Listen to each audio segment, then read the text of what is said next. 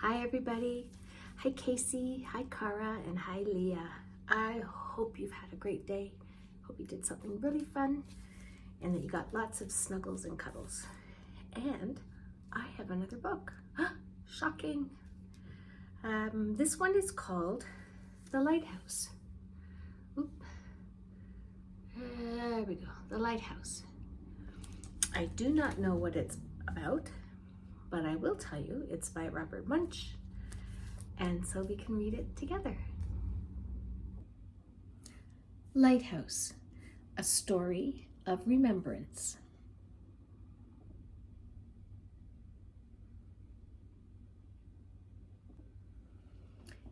In the middle of the night, Sarah woke up, put a flower in her hair, and went into her mother and father's bedroom. She sat on her father's side of the bed for a long time.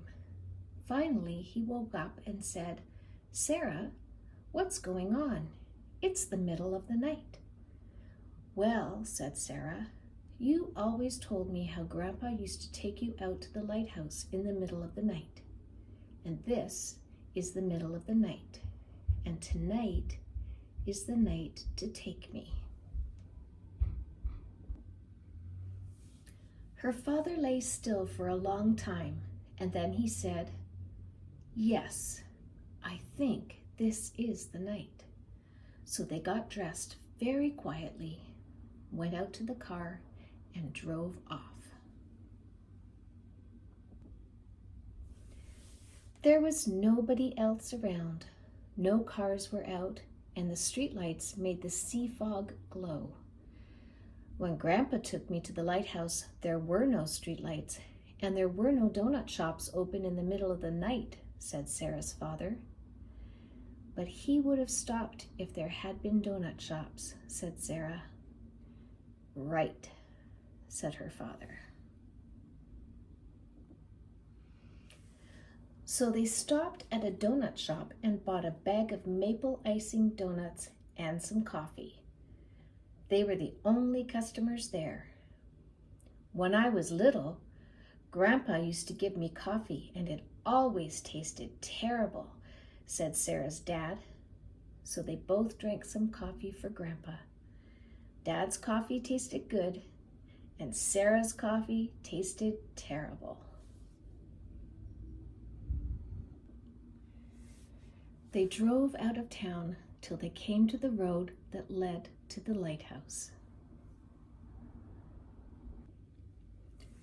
Grandpa always said we should walk up the road to the lighthouse, said Sarah's father. Right, said Sarah. So they parked the car and they walked through the fog to the lighthouse. Then they sat on the top of the cliff above the beach and listened to the waves crash on the rocks. Sarah ate the donuts and her father drank more coffee.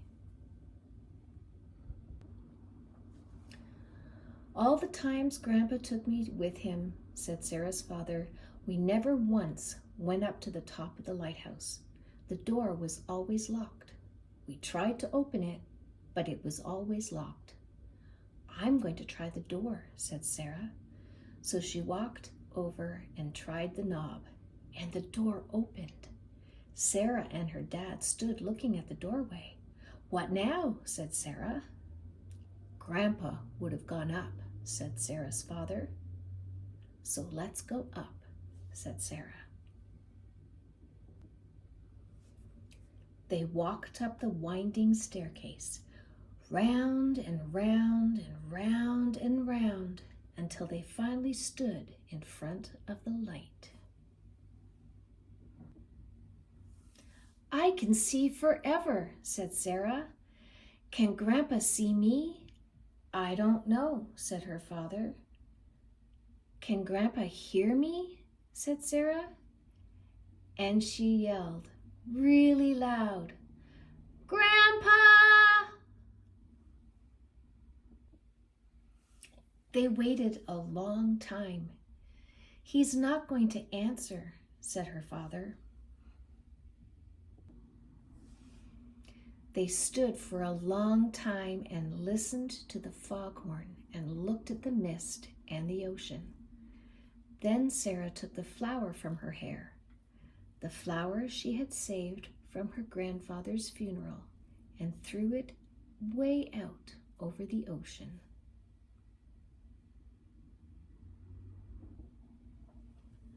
When I grow up, I'm going to have a kid, and someday we will come out here in the very middle of the night, said Sarah. Right, said her father. And then, covered with dew from the fog and smelling like seaweed, they went home to bed.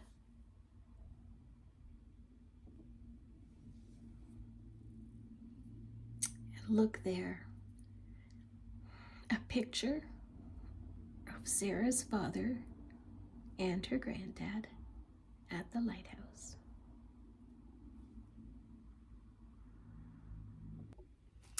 Well, that was a beautiful story about family and loving family.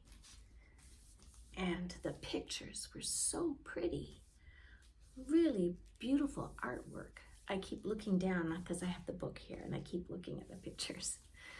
I hope you enjoyed that, and I hope you have good, sweet dreams and happy memories, and know that your family, we all love you. I love you, I miss you, and I'll see you soon.